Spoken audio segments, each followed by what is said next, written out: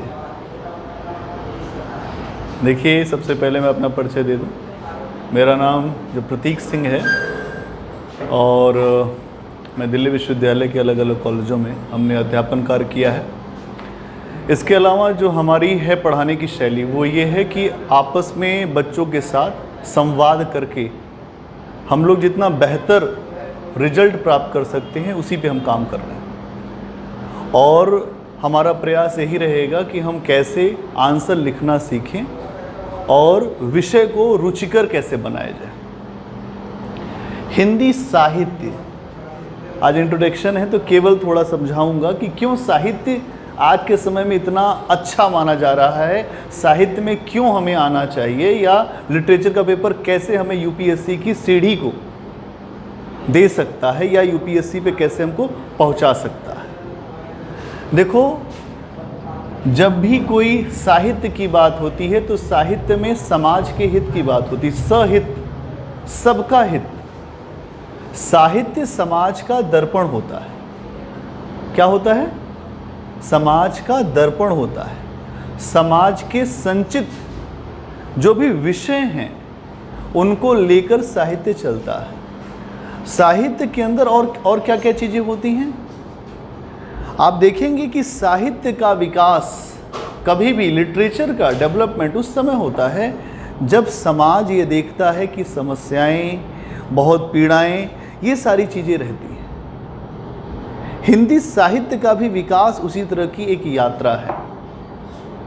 अगर हम बात करें तो हम देखते हैं कि पहले पाली भाषा थी, फिर उसका विकास हुआ जो प्राकृत भाषा, पाली, प्राकृत, अपभ्रंश, अवहट, पुरानी हिंदी, ये पूरी प्रक्रिया है। हिंदी साहित्य में अगर आप देखेंगे तो आपका जो पेपर है, जो फर्स्ट पेपर है, उसमें आप देखें उसका पहला हिस्सा ये है कि हिंदी भाषा और नागरी लिपि का विकास या इतिहास। हिंदी भाषा और नागरी लिपि का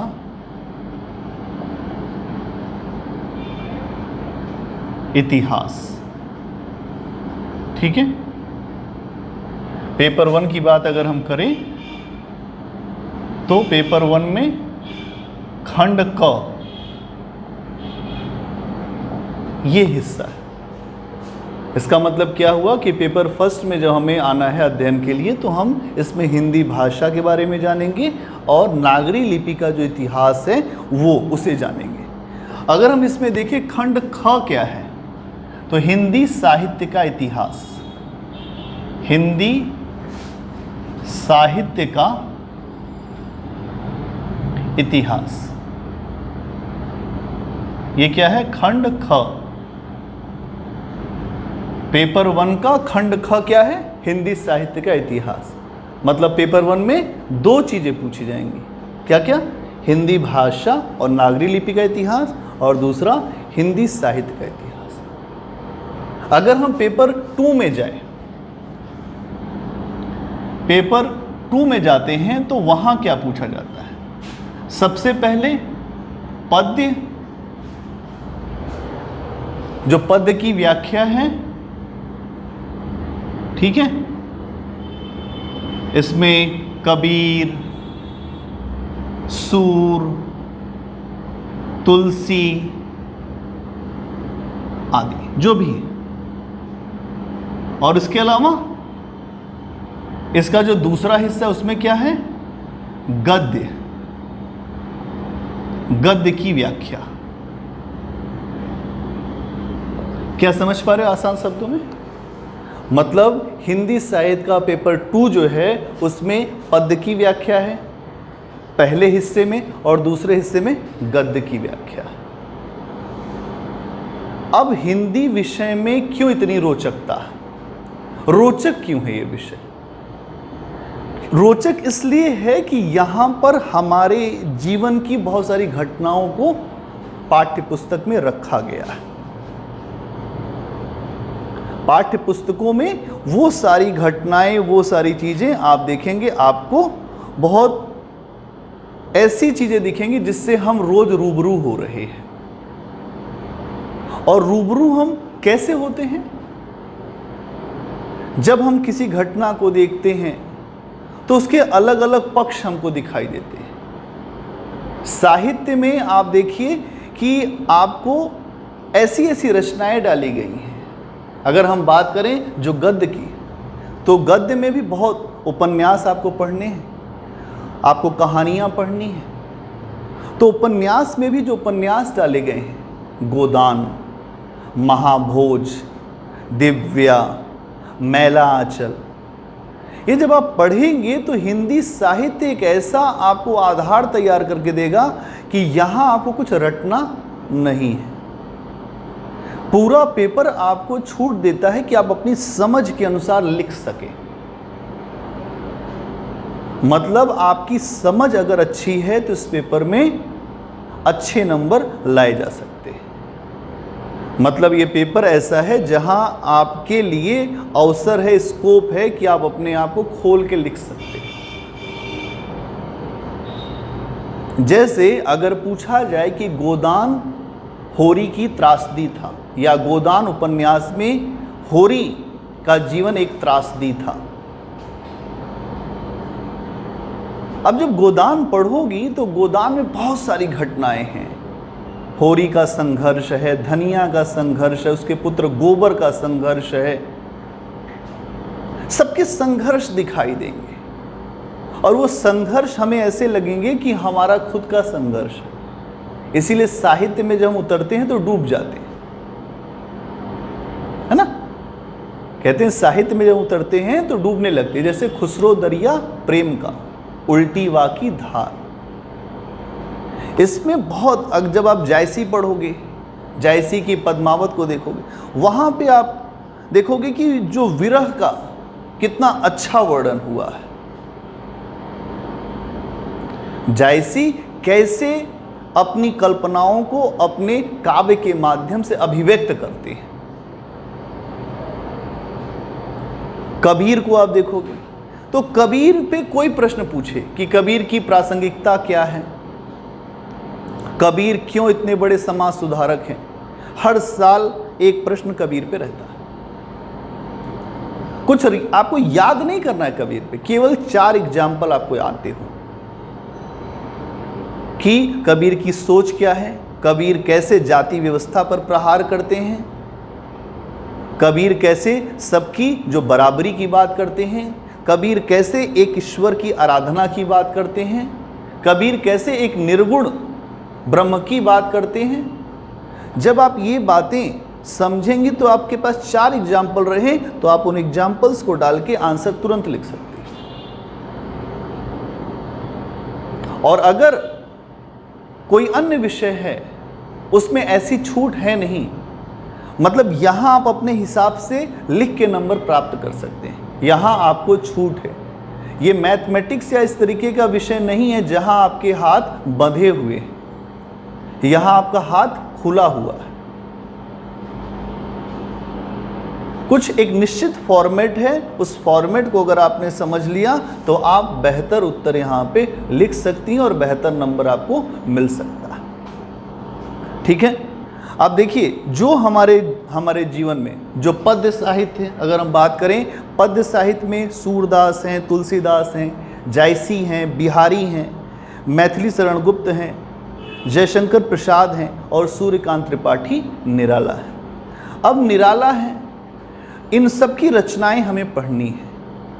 इनकी रचनाओं को जब आप पढ़ेंगे तो आपको पढ़ने के दौरान भी आनंद आएगा। पतली पतली इनकी पुस्तकें हैं, वो पुस्तकें हम सबको पढ़नी है, यही मैं उसको आपके सामने उसके अर्थ को रखूंगा। और जब आप उसको पढ़ लेंगे एक बार तो आपको ये समझ में आएगा कि नहीं ये चीज़ क्यों आई। सूरदास को जब आप पढ़ेंगे तो भगवान कृष्ण की भक्ति में उन्होंने बहुत सारी बातें लिखी जो हमारे जीवन से जुड़ती है। वो बालहट की बात करते हैं कि भगवान कृष्ण बालहट कर रहे हैं। वो कहते हैं मैया कबहू बढ़ेगी चोटी, कितनी बार मोहे दूध पियत भय, यह अबहू है छोटी। ये आसान है, तुम्हें भी याद हो जाएगा।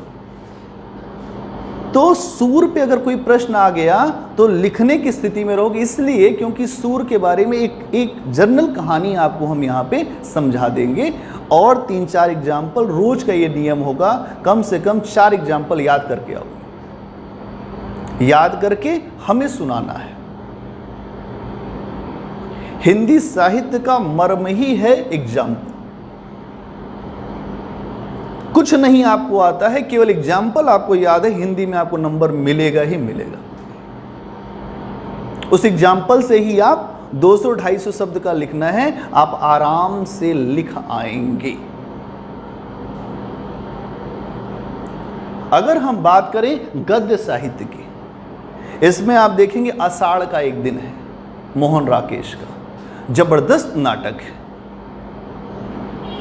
कालिदास के बारे में है और उसमें कालिदास के उस प्रेम को दर्शाया गया है जो एक तरह से कालिदास यहाँ ऐसे रूप में आए हैं कि लगता है कि उसने बहुत कुछ अच्छा नहीं किया जीवन में, वो जगह छोड़ देता है जहाँ से वो कालिदास बना है और अपने ज्ञान को एक राजमहल या राज को या किसी ऐसे वैभव को सौंप देता है जो उसके लिए उसको पैसा दे रहा है।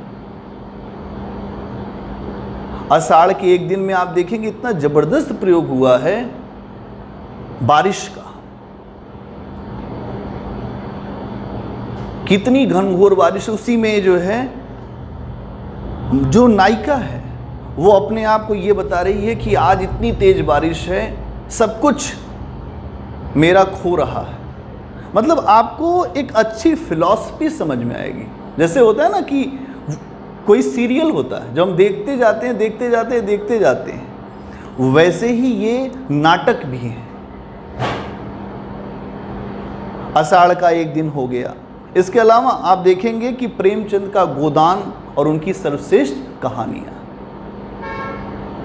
जो उनकी कहानियाँ हैं उनको पढ़ना है कि कौन कौन सी कहानियाँ हैं। कहानियों से ही प्रश्न बनता है कि हिंदी कहानी का विकास कैसे हुआ। प्रेमचंद की किसी कहानी से जोड़कर कोई प्रश्न पूछ लिया जाएगा। इसके अलावा अगर हम देखें तो स्कंदगुप्त, ये भी एक नाटक है प्रसाद का, जहाँ देवसेना है। यहाँ एक अलग तरीके का आदर्श है। प्रेम सब करते हैं एक दूसरे से, लेकिन प्रेम ऐसा है कि हम तुम्हें प्राप्त नहीं हो सकते। ये है हिंदी में, मतलब नायक और नायिका एक दूसरे से प्रेम करते हैं, लेकिन जब आता है समय कि नहीं अब विवाह होना चाहिए, तो नायिका कहती है कि मुझे देश के लिए आगे बढ़ना है, देश ही मेरा प्रेम है। इस तरह की फिलॉसफी है। जब आप देखेंगे कि प्रेमचंद जब ये लिखते हैं बड़े घर की बेटी, एक कहानी लिखते हैं बड़े घर की बेटी, उसमें आप देखेंगे कि बड़े घर की बेटी की जो कहानी, उसमें एक ऐसी महिला है जिसका शोषण उसके ससुराल में होता है। उसके शोषण के पश्चात उसका देवर उसके साथ मारपीट भी करता है, लेकिन उसके बाद भी वो परिवार को नहीं तोड़ती है। परिवार को वो नहीं तोड़ती है तो बाद में वो परिवार एक रहता है। तो प्रेमचंद ये कहते हैं ऐसी ही होती हैं बड़े घर की बेटियां, ऐसी ही होती हैं बड़े घर की बेटियां। कहीं ना कहीं प्रेमचंद की जो आरंभिक कहानियां हैं उस पे आदर्शवाद हावी